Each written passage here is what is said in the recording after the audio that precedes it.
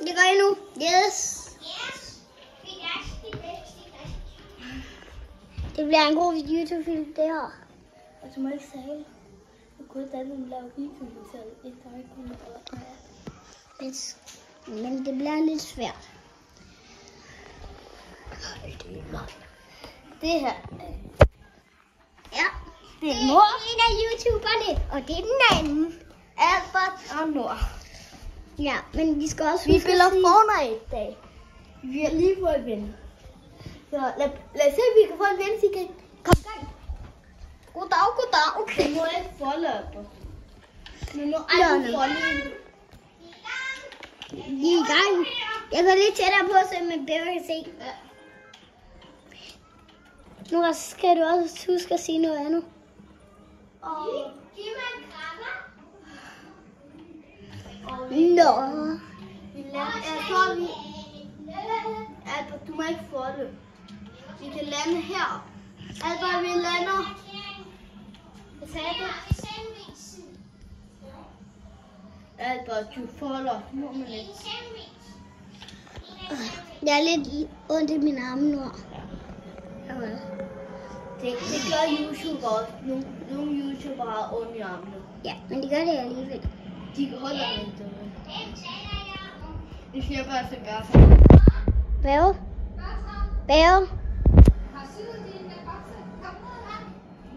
Nej, vi er lige i gang med en YouTube-film. En YouTube-video? Ja. Den hedder Bo Gamer Albert Persson. Bo Gamer Albert Dum. Bo Gamer Albert og Nord. Men nu der skal også komme reklamer nu. Men hvem er reklamerne nu? Det kommer senere videoer. Ikke lige nu.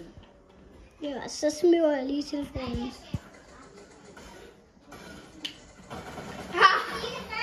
Jeg fik også den første køb. En for bare for at hugge noget sag. Noget morten, hvad så kommer det? Ja, nu har jeg huske at lave.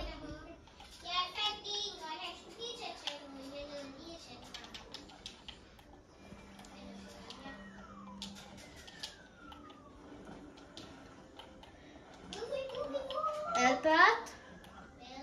Jeg tænker næste runde, så kan vi lave en challenge. Mange challenger. Helt op til mygget. Challenge, så vi kun må gå til gun til helt til mygget. Til legendarisk, mener du? Nu kommer jeg slet. Vi kan godt lide at blive forner.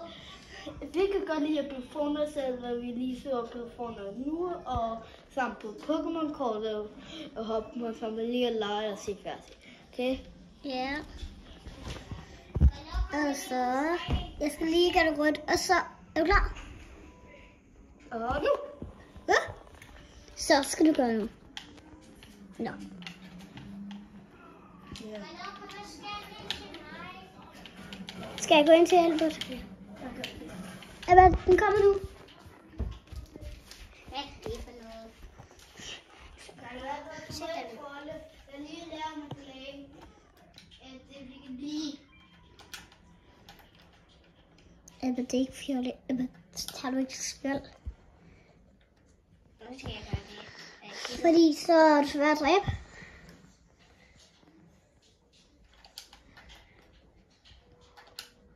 Er det fedt at have en YouTube-film, Albert? Ja.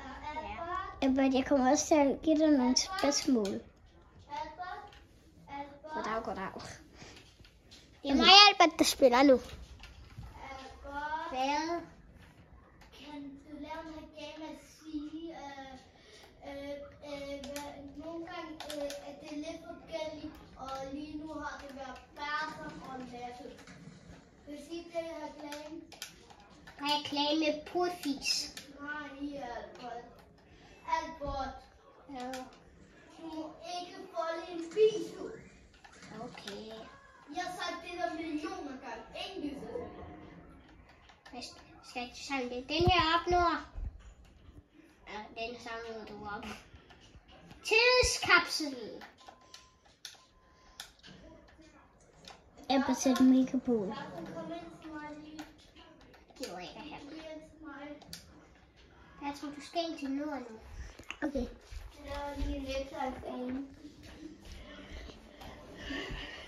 Nu vi gifter lidt imellem med at gifte, og lige nu er det Bertram, og de andre gange har det været Lasse.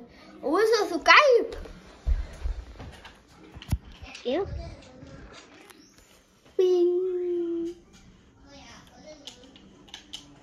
Jeg går lige en tæpper, der spiser.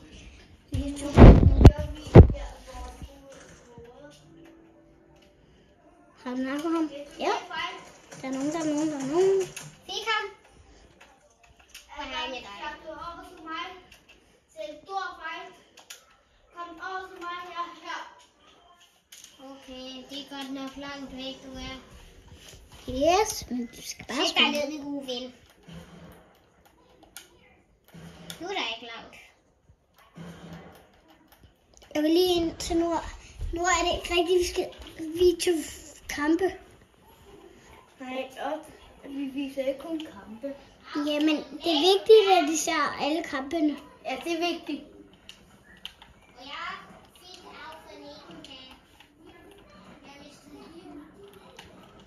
Nå.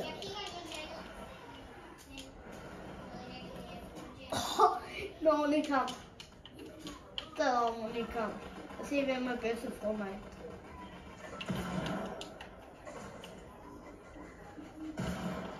Nå. Jeg kommer ind i et andet game. Du kan ikke ind i det her game her. Og nej, godt. Du kan ind i et andet game. Ja, du er Hassi. Du kan lige ind i et andet game. Og det er lykke for os. Du kommer ind i en anden game. Nu her skal vi kampe. Du kan få den i gå.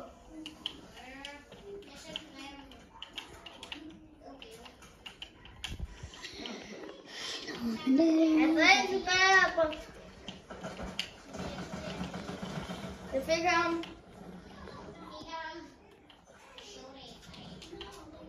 Ja, det er vildt sjovt dag. Nu skal det ind og kigge. Se. Og der er sådan nogle gange, du kan også lige få fået. Hvad? Nogle gange du også lige få fået. Hvad var skåre? Hoveder. Den siger hoveder. Jakob, nu er jeg på vise. Jeg kan høre nogle gyve på mig. Der er jeg.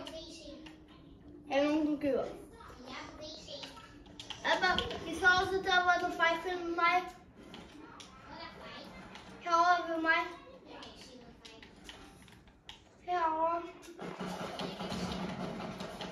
Du kan også mig. Så er man det. Du kan bare gå. Det er en, som er lort at bygge. Nu er jeg alene og fight. Og der er 2 imod nord. Kommer du ikke og valper? Nå. Ikke køb. Ja, jeg har 4 kills, og du har kun 2. Og fandt fightet.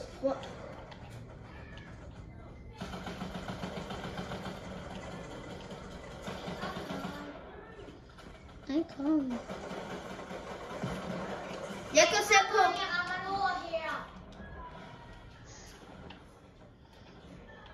Så er det god rund. Der er lige den her. Jeg ligger med kit her.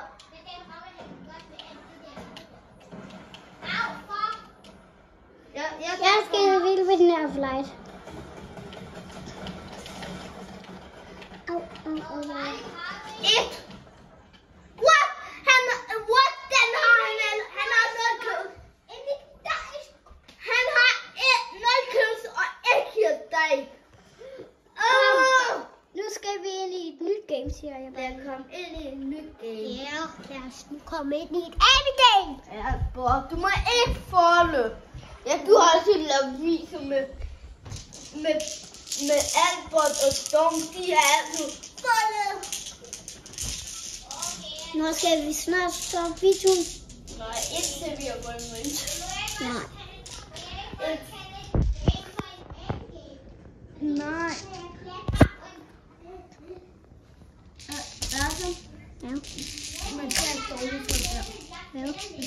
dårligt så. Man ser dårligt så. Der. Kan du have det op?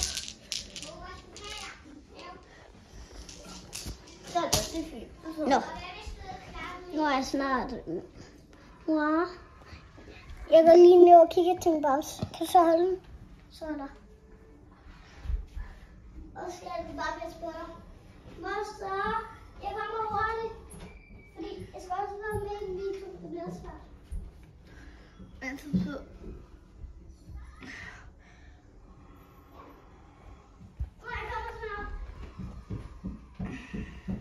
Jeg har allerede fået en i armen. Albert spiller på Nintendo, og nu spiller på Xbox.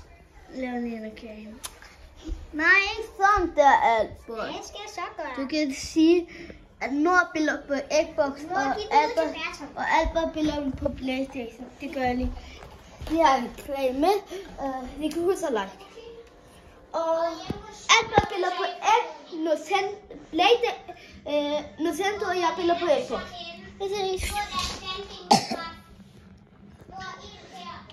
For at den er der. Der, okay, så lader vi der. Okay, jeg skynder mig ind til Albert. Vi skal også kunne se. Hvor er der lort og mørke blå? Jeg kommer. Jeg kan ikke se det. Det kan være verdens bedste film. Nå, hvor er den røde streg? Den er blevet taget, hvis... Nej, den er dernede. Nu er jeg over hos mig. Kan du se huset? Okay. Nu har du taget den der? Så giv mig en. Albert, kommer også mig. Ja. Okay, jeg går ind til nu også. Ja, jeg filmer. Lækker film.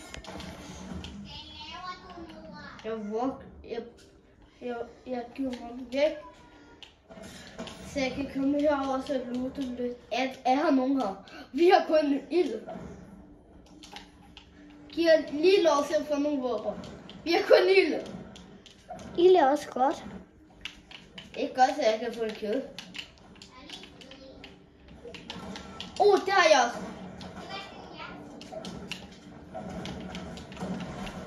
Det! Wow. Han har også en shotgun. På den der ting. Hil mig. Kan mig herinde. Hil. Jeg begynder at filme om han er der. Ja, hvad den der healer skal jeg lige filme. Filme? Jeg vil han fik ham. Jeg tror ikke, jeg fik ham først. Albert, jeg fik den anden. Fik ham. Jeg skal nok kigge. Autoshotgun, Albert, læg mig. Jeg gør så, læg mig, Albert. Læg mig, Albert. Hvad siger du? Jeg sagde, læg mig nu. Jeg går lige over til autoshotgun. Jeg kan løfte dig over, hvis du vil hurtigere derhen. Ja. Du sammen, når jeg lige sagde, at jeg vil have et autoshotgun.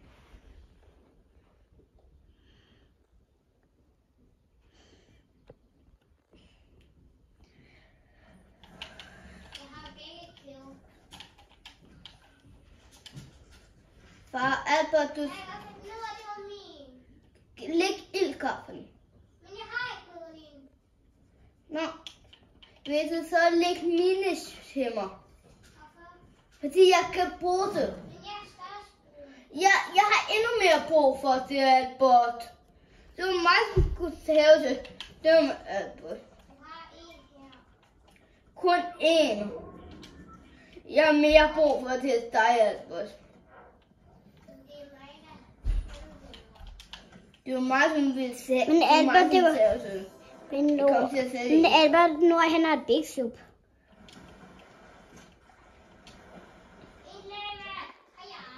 Det er ikke lamer. Det var der filmer. Babycat. Hvad er det her for et? Det er en dejlig seng. Ja, hvorfor kan man hoppe på den? Ja. Jeg vil tage våben frem. Jeg hører smart. Hvor er du? Hallo. Så. Han ikke mat.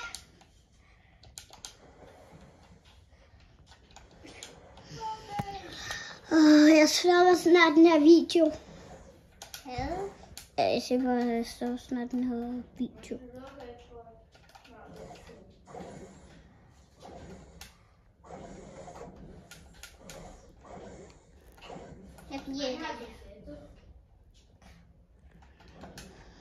Jeg fatter ikke, hvordan jeg fik dem her. Altså, vi går ind til solen. Hvor er solen? Hvad er en sol? Du folder nu. Er det dig, der fjoller? Aha! Derovre. Har du ild? Nej, jeg har ikke ild. Jeg har stød. Vi går så vidt vi kan. Men jeg er 100 meter væk. Men jeg kun sagde 100. Jeg er meter midt. Jeg er mega midt af det her at løbe rundt til længe. Nu kommer der en reklame. Jeg lige lavet Sager Gamer. Nu reklame. Nej. Albert. Nu er jeg så bare. Så er den der. Og kan du sådan der, gør sådan der. Lidt noget der. Det er sjovt. Nej. Nej.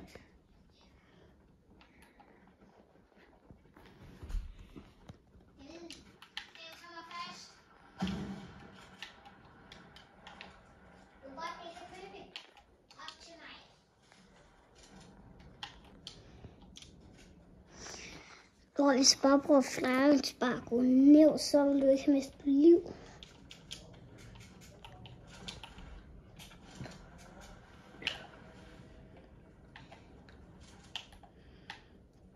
Du er der. Så vi kan lige have fået købt robotten, så vi har nemmere, så vi kan få nogle nemmere wins. Men I skal kun have et win. Ja, så er vi færdige med videoen. Nej, jeg vil lige gerne med at købe autogunnen. Albert. Må jeg få den? Jeg skal til mamma.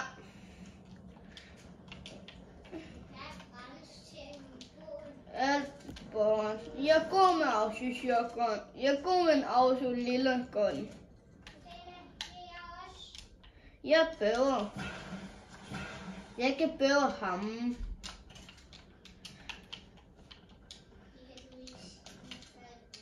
Jo. Jeg kan bøve få en køb på den, fordi jeg bøver her. Okay, jeg kan jo ikke have sur stemme her på videoen.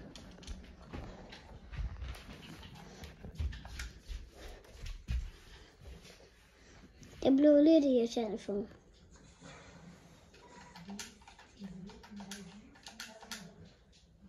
Men nu vil du heller ikke brokse i en YouTube-video.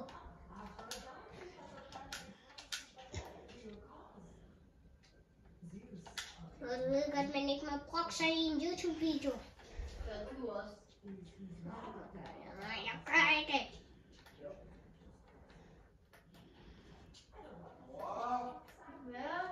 Mor vil godt op og købe en blomster alene. Skal du ikke med hende op, så jeg skal købe en is?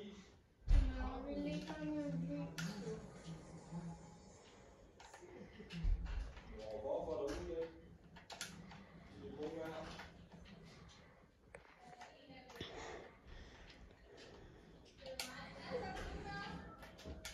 Men jeg er også lige i gang med videoen sammen med Nora. Ja, og Albert og Bertram, hun holder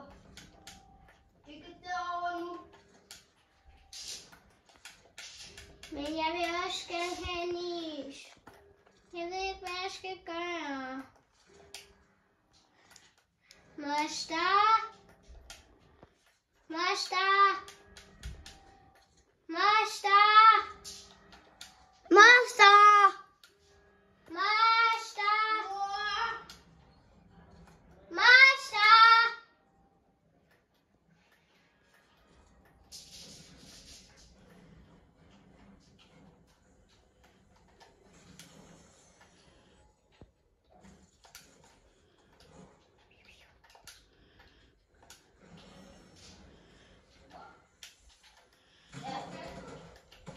Det var mig. Kan du vente lidt? Moster, kan du vente lidt, for jeg vil gerne have en is. Så kan du vente lidt? Jeg kan godt vente lidt med at køre. Ja, kan du vente til mig, når vi lige er færdige? Ja. Vi lige holde en pause, så vil jeg gerne have en is. Ja, det ved dejligt med noget. Jeg ved godt. Og jeg vil også med. Du kan også vente, hvor fantastisk. Randen!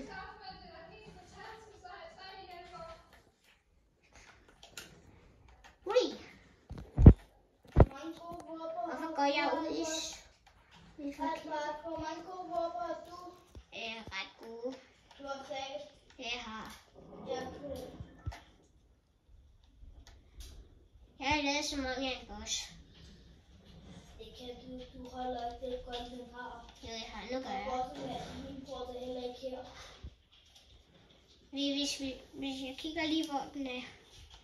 Nej, hvorfor er den ude i solen? Okay. Når vi kommer hjem, så vil vi lave en challenge, hvor vi skal efter dine bosser. Nå, hvad skal jeg?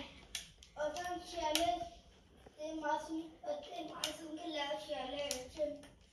Det bliver du lige blad. Hvorfor?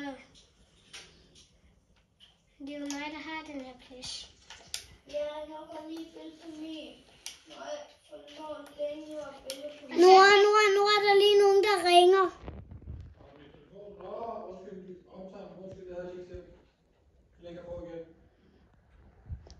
Jeg sagde ikke engang ja.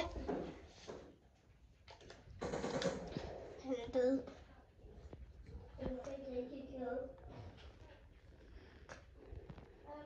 du går imod gassen.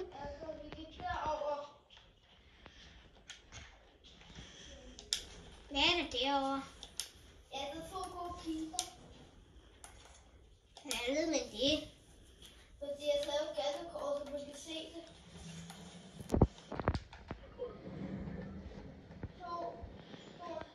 2 fulde kister. Nu er en af dem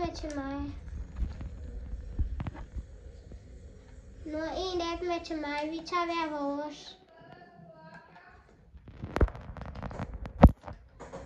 Jeg kan ikke ramme det træ. Jeg vil det heller ikke meningen, du skal det. Jo, det må jeg godt, hvis jeg vil. Okay.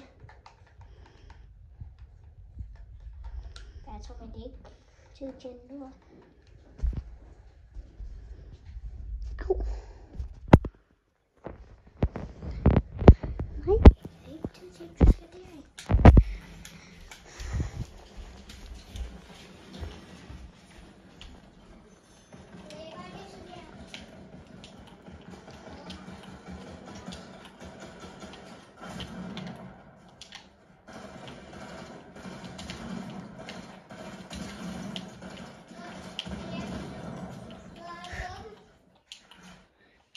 Jeg satte den anden, fordi den anden var så ikke noget, jeg kunne bruge. Og fight. Jeg har fight. Han har kun 50 liv, mand.